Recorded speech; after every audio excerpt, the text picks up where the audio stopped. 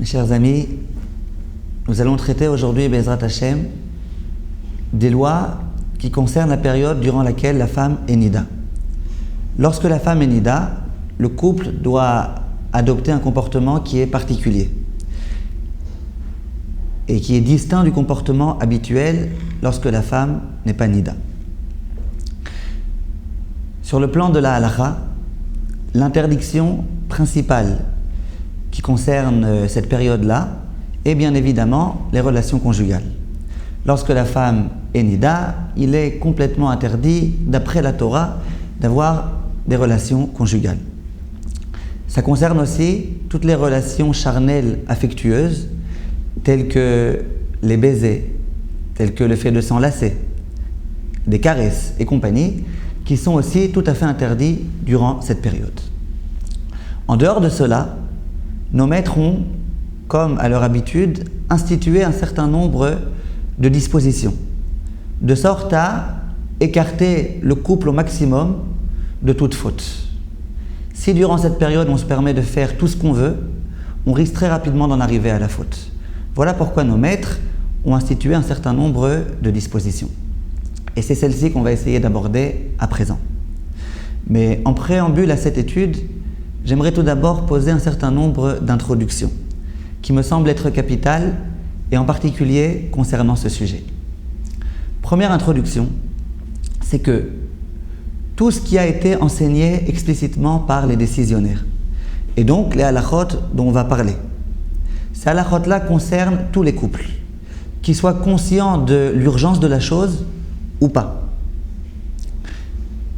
Lorsqu'on va donner des halakhot, même si un couple se dit « mais moi je comprends pas, moi ça me parle pas tellement cette chose-là, moi je pense pas que telle chose peut me conduire à… » On dira à ce couple « tu penses ou tu penses pas, voilà ce que nos maîtres ont institué et tu te dois de te soumettre complètement à cette loi. » En contrepartie, il y a un certain nombre de choses qui n'ont pas été évoquées par nos maîtres. Mais il y a des personnes qui se disent et qui savent que si elles se permettent tel ou tel comportement, ça peut les conduire, chas v'shalom, à la faute. Ce couple-là doit se dire et doit s'interdire ce comportement. Je donne un petit exemple. Il y a certains décisionnaires qui se sont posé la question, est-ce qu'on a le droit de marcher pendant cette période-là sous un même parapluie? Réponse, on n'a vu nulle part dans la halakha que c'était interdit de marcher sous un même parapluie. Évidemment, si c'est un parapluie qui est suffisamment grand, de sorte à ce qu'on n'en vienne pas à se toucher, comme on l'expliquera un peu plus tard. Mais dans tous les cas, si un couple qui est habitué à la culture française et qui sait que marcher sous un parapluie, c'est quelque chose qui est vraiment très intime et qui risque de rapprocher énormément les conjoints, alors évidemment, ce couple-là doit éviter de marcher sous un même parapluie durant cette période-là, de peur à en venir à des choses qui sont, elles, interdites. Deuxième introduction, il faut savoir, et telle est ma coutume en général, d'expliciter à chaque fois qu'est-ce qui est interdit et qu'est-ce qui est de l'ordre de la khumra. Je m'explique. Il y a des choses qui sont complètement interdites. Les choses qui sont interdites le sont. Et il y a des choses qui sont des précautions supplémentaires qu'on aime bien prendre. Ça veut dire que d'après la halakha stricte, c'est permis, mais celui qui veut se montrer un peu plus rigoureux est digne de bénédiction. Il me semble que c'est toujours important de bien faire la part des choses, de savoir ce qui est complètement permis, de savoir ce qui est complètement interdit et de savoir dans quelle mesure c'est conseillé, voire recommandé, d'être un peu plus mahmir. La raison est évidente. C'est que lorsqu'on enseigne aux personnes la halakha et qu'on l'enseigne de façon extrêmement stricte et qu'il y a des choses qui ne sont pas obligatoires et qu'on enseigne comme étant obligatoires, il y a énormément de personnes qui vont se dire « Eh bien moi je vois que je ne suis pas à la hauteur de ces exigences et donc autant ne rien faire du tout. » Alors que si à ces personnes-là on leur avait enseigné, on leur avait dit « Regarde, telle chose est permise. Donc sache que tu peux. Si tu as du mal à faire mieux, tu peux tout à fait te contenter de cette chose-là. Simplement sache qu'il y a des niveaux un peu supplémentaires auxquels tu pourras peut-être accéder au fur et à mesure. » Cette personne-là sait très bien qu'elle n'est pas à la hauteur des niveaux supplémentaires, mais qu'elle est capable de respecter la loi stricte. Donc c'est ce qu'on va essayer à chaque fois de bien expliciter, ce qui est permis, ce qui est interdit et ce qui est l'ordre de la khumra.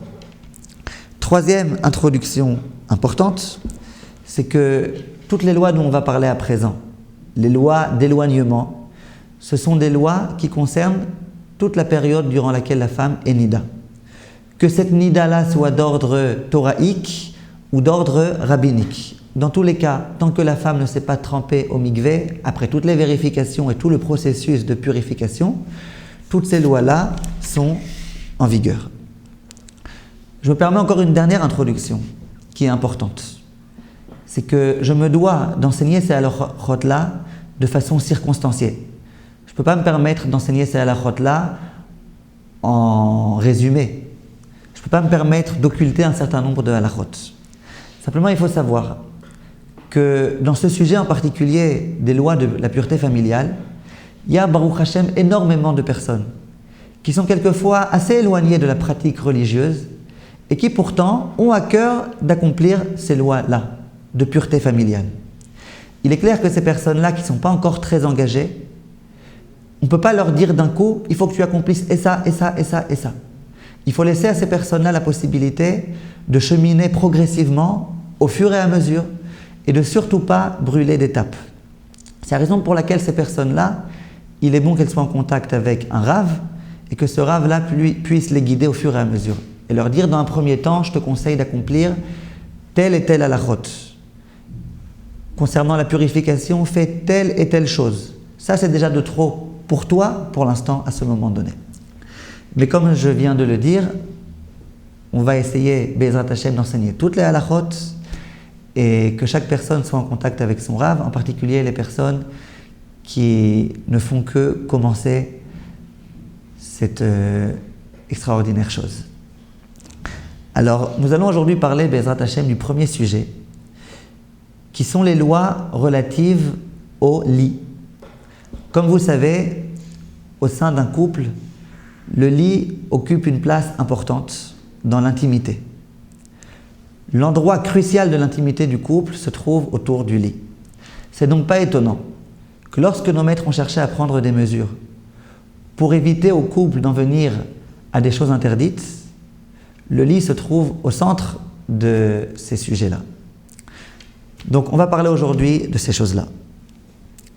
Tout d'abord, il faut savoir que lorsqu'il y a un lit qui est réservé à la femme, prenons un exemple habituel, dans la maison, le lit de droite c'est le lit de la femme, le lit de gauche c'est le lit du mari. Donc le lit de droite est le lit qui est réservé spécifiquement à la femme. Lorsque la femme est nida, le mari n'a pas le droit de s'asseoir sur son lit et a fortiori qu'il n'a pas le droit de s'allonger sur son lit, même s'il est habillé. Et attention, même en son absence. La femme n'est pas à la maison, le mari n'a pas le droit ni de s'asseoir ni de s'allonger sur le lit de sa femme. La raison en est claire, ça risque de le faire penser énormément à sa femme et il risque rapidement d'en venir, chas v'shalom, à un échec. Dans le cas inverse, c'est-à-dire le lit donc de gauche qui est réservé au mari, est-ce que la femme a le droit, elle, de s'asseoir ou de s'allonger sur le lit de son mari? Et là, vous allez me dire qu'il y a peut-être du favoritisme, la loi change un petit peu. Et je vais expliquer dans un instant pour quelle raison. La femme a le droit de s'asseoir sur le lit de son mari, et même en sa présence. Concernant le fait de s'allonger, en son absence, c'est complètement autorisé. Par contre, s'allonger sur le lit du mari, en présence du mari, est l'objet d'une discussion entre nos maîtres. Donc si on résume, sur le lit de la femme, l'homme n'a pas le droit ni de s'asseoir ni de s'allonger, ni en sa présence ni en son absence, tandis que sur le lit du mari, la femme a le droit aussi bien de s'asseoir que de s'allonger en son absence, tandis qu'en sa présence, elle a le droit de s'asseoir et de s'allonger, il vaut mieux pas. Lorsque la femme se trouve en dehors de la ville, pour quelques jours, prenons un cas joyeux d'une femme qui vient d'accoucher, qui se trouve à l'hôpital, disons que l'hôpital se trouve à l'extérieur de la ville et qu'elle s'y trouve là-bas durant quelques jours, le mari a à ce moment-là tout à fait le droit aussi bien de s'asseoir sur son lit que de s'allonger. Maintenant, vous allez me dire, pourquoi ce favoritisme? Pourquoi y a-t-il une différence entre le lit de la femme concernant le mari ou le lit du mari concernant la femme? La raison en est claire, et elle va revenir de façon récurrente dans l'étude de toutes ces halakhot-là. C'est que, comme on le sait, l'homme a beaucoup plus tendance à inciter sa femme à la faute que le cas inverse. Et cela, on le voit tous les jours.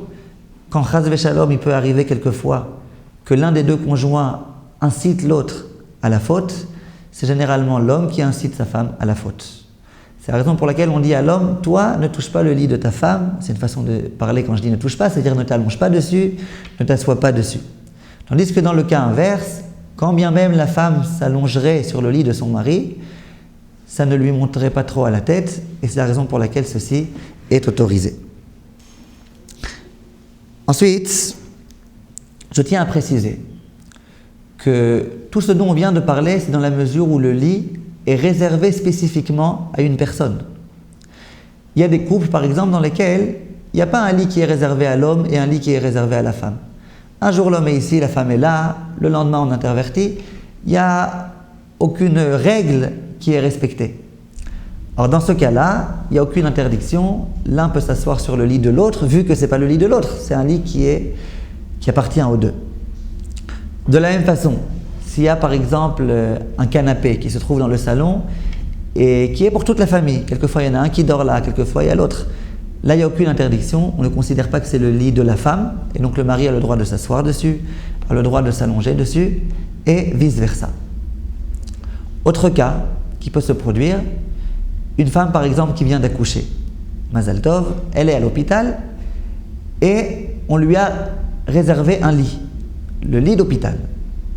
Le mari vient avec un joli bouquet de fleurs pour lui rendre visite. À ce moment-là, la femme descend de son lit, elle s'assoit sur un canapé. L'homme a-t-il le droit de s'asseoir sur le lit qui est momentanément réservé à sa femme ou pas? Réponse de beaucoup de décisionnaires, oui. Pourquoi? Étant donné que c'est un lit durant lequel elle va se servir que pendant quelques jours, et étant donné que du jour au lendemain, l'infirmière peut lui demander d'aller dans un autre lit, dans une autre chambre. C'est la raison pour laquelle on ne considère pas que c'est un lit qui est vraiment réservé à la femme à proprement parler. Et donc, le mari a tout à fait le droit de s'asseoir dessus. Les décisionnaires écrivent que de la même façon que le lit qui est réservé à la femme a des halakhot particulières, de la même façon les oreillers et traversins qui sont réservés à l'un, ça veut dire à la femme, l'homme ne doit pas s'en servir. Certains décisionnaires écrivent qu'il en va de même concernant la couverture. Certains décisionnaires disent qu'il en va de même concernant les draps. Imaginez qu'il y ait des draps qui sont spécifiques à la femme et d'autres qui sont spécifiques à l'homme, par exemple de couleurs différentes. Eh bien, certains décisionnaires disent que l'homme n'a pas le droit de se servir des draps de sa femme, quand bien même il les mettrait sur son propre lit. Le Rav Wosner autorise cette chose-là. Donc ça, c'est la première chose, concernant le fait de s'asseoir ou de s'allonger sur le lit de l'autre. Deuxième sujet qui concerne, encore une fois, le lit, et qu'on va intituler la séparation des lits. Lorsque la femme est nida, l'homme et la femme n'ont pas le droit de dormir ou de s'allonger sur un même lit. Imaginons un cas d'un lit qui est très spacieux, qui est très grand, et les deux souhaiteraient dormir dans ce grand lit. Évidemment, il y a une grande distance entre les deux, ils ne risquent pas d'en venir à se toucher l'un l'autre dans leur sommeil. Malgré tout, la halakha dit qu'il est rigoureusement interdit de dormir dans le même lit. Simplement sont venus les décisionnaires et ont étendu un petit peu l'interdiction.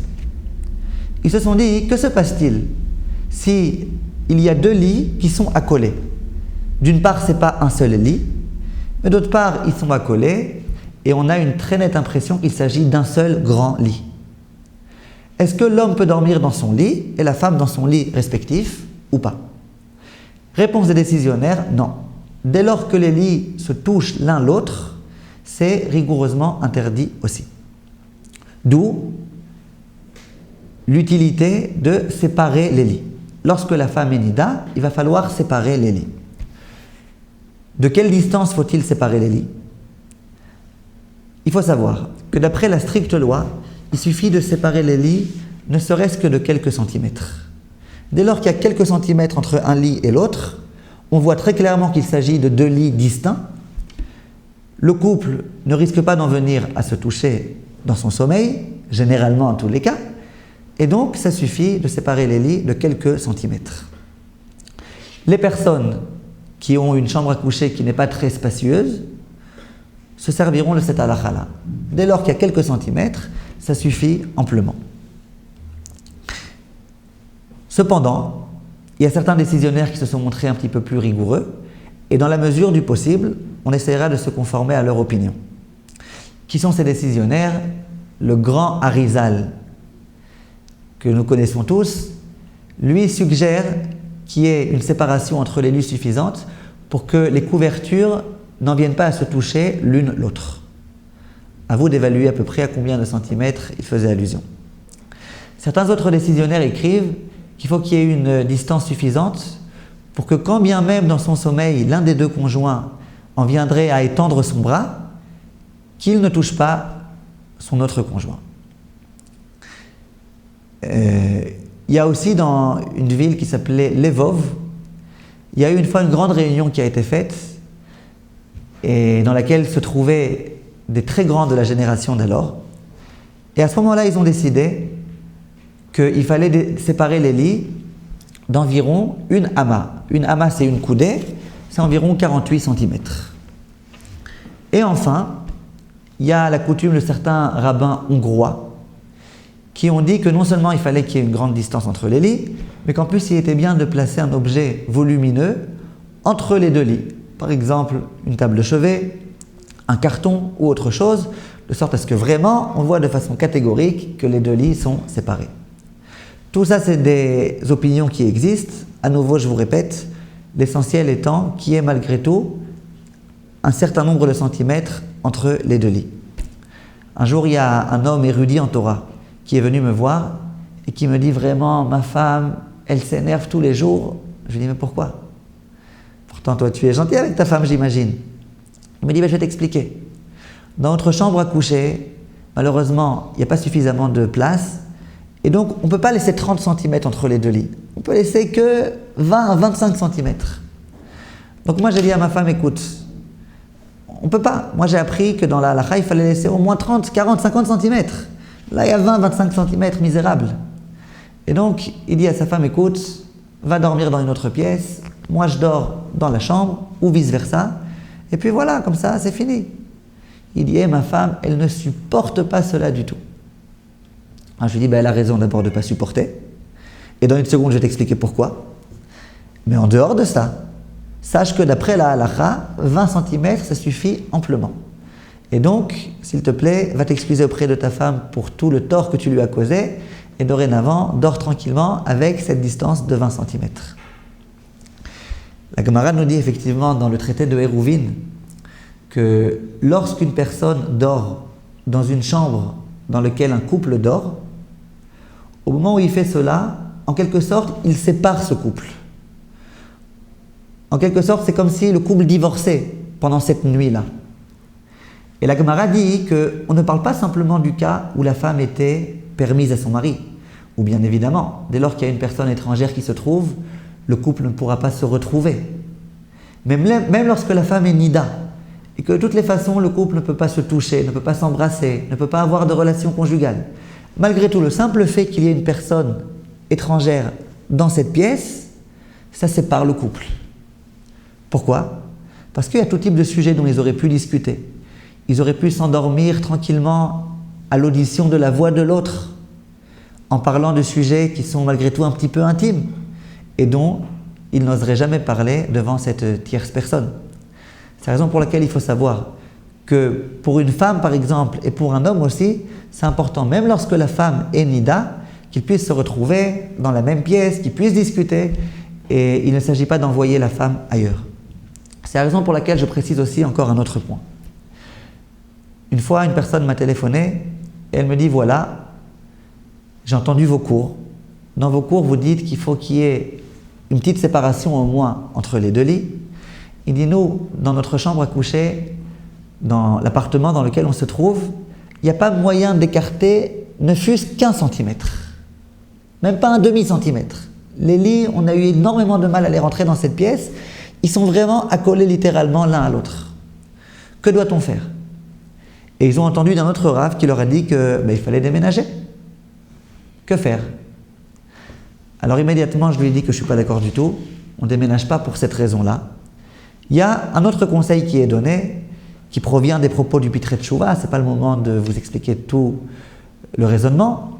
En tous les cas, il suffit de prendre une planche de bois, de la mettre entre le lit de l'homme et le lit de la femme, de sorte à ce qu'on voit nettement qu'il s'agit de 2 lits différents, distincts, et de cette façon-là, il y a lieu d'autoriser. À ce moment-là, j'avais parlé avec d'autres rabbanim qui ont approuvé cette opinion.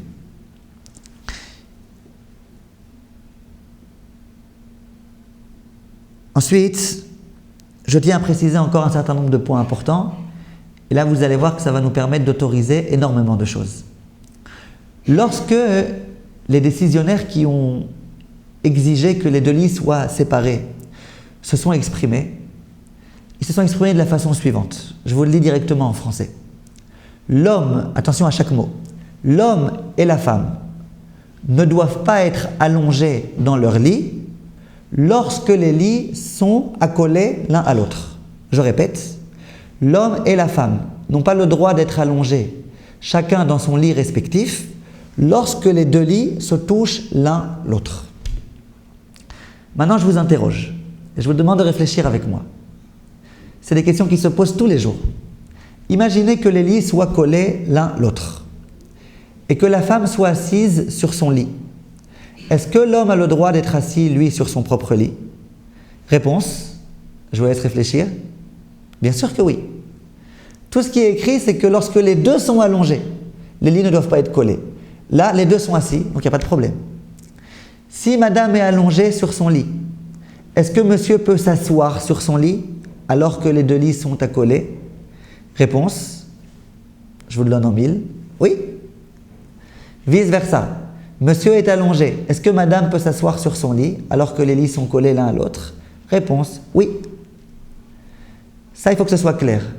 C'est une déduction logique des propos de ces décisionnaires. Je l'ai souvent dit, et un jour j'ai vu que ces enseignements-là étaient rapportés explicitement au nom du Chazon Ish. À mon avis, ce n'est pas la peine du Chazon Ish pour une chose pareille, c'est une déduction logique.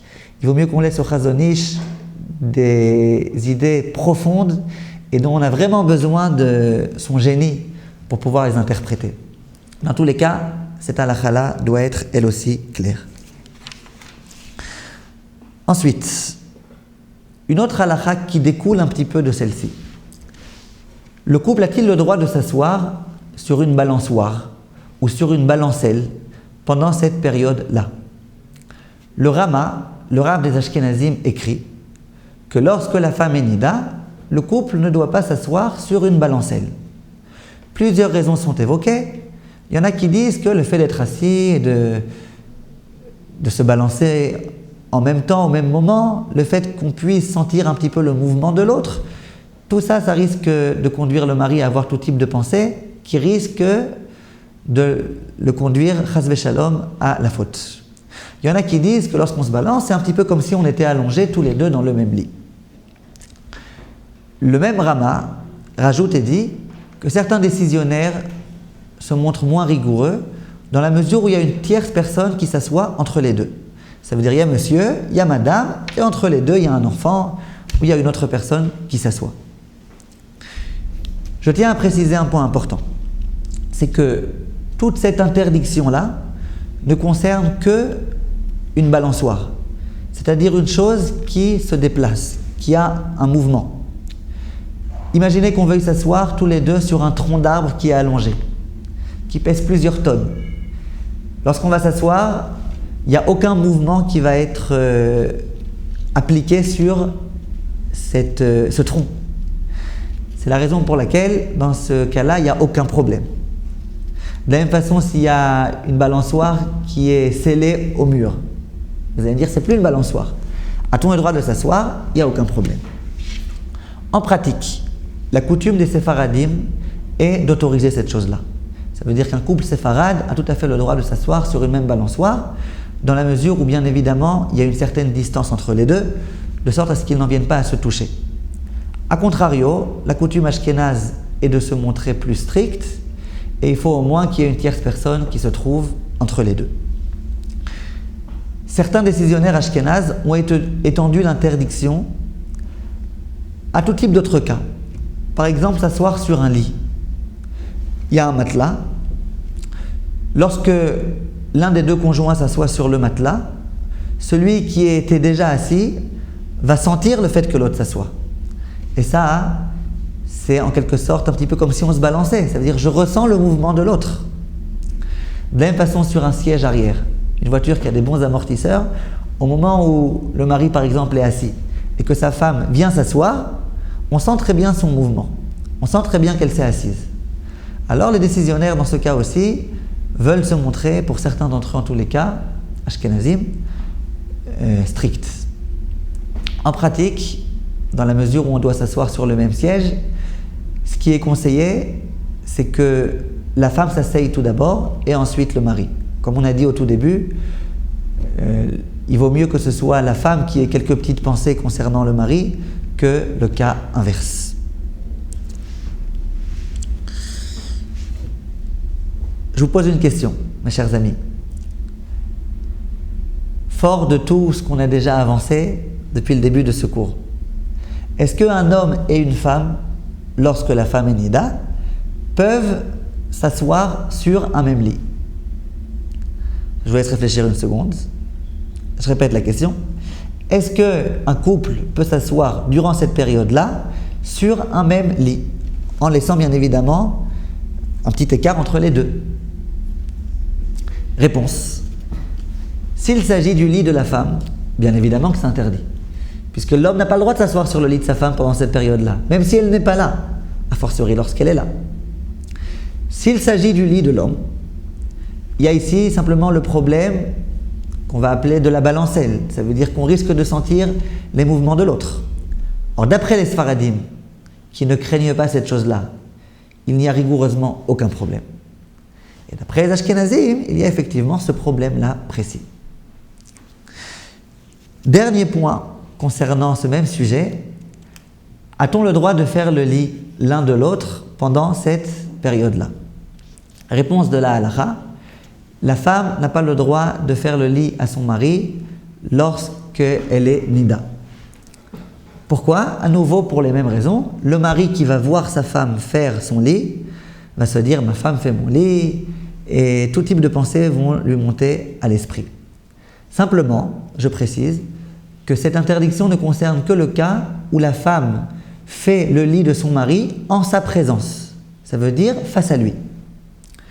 Si le mari est absent de la pièce et qu'à ce moment-là, la femme fait son lit, il n'y a aucun problème. Bien que le mari est intelligent, qui sait très bien que c'est sa femme qui lui a fait, qu'ensuite il va s'empresser de l'en remercier, malgré tout, c'est tout à fait permis, dès lors que le mari n'est pas présent. Certains décisionnaires, tels que le Rav Ovadia Yosef, tels que le Badé HaShulchan, autorisent même à l'homme de tourner sa tête. La femme est en train de faire le lit, lui il tourne la tête pour montrer « je ne regarde pas que tu es en train de faire mon lit ». De toutes les façons, il est au courant que c'est elle qui le fait. Mais dès lors qu'il se comporte de cette façon-là, ça autorise. Certains décisionnaires, le Chokhmat Adam, le Aruch HaShulchan, disent qu'il en va de même dans le sens inverse. C'est-à-dire que l'homme n'a pas non plus le droit de faire le lit de sa femme en sa présence. Qu'entend-on par faire le lit? Les décisionnaires disent qu'il s'agit des choses qui ne sont pas laborieuses, qui ne sont pas difficiles. Par exemple, de mettre le drap, d'arranger la couette. Mais les choses qui sont fastidieuses, qui sont laborieuses, comme par exemple rentrer la housse, la couette dans la housse, comme par exemple faire ce type de choses-là, qui sont vraiment difficiles, ces choses-là, on considère que c'est permis, parce que ces choses-là ne risquent pas d'emmener à tout type de pensée. Enfin, je précise un dernier point, c'est que l'interdiction de faire le lit du conjoint ne concerne que le cas où le couple va s'apprêter à dormir. Par exemple, le soir, à 10 heures du soir, monsieur décide de faire le lit de sa femme. À ce moment-là, on considère que monsieur et madame risquent de venir à penser à cette chose-là précise. Si le matin, au moment où monsieur et madame viennent de se lever, on aimerait bien que la chambre soit ordonnée, et c'est la raison pour laquelle on arrange un petit peu les lits, dans ce cas-là, il n'y a rigoureusement aucun problème.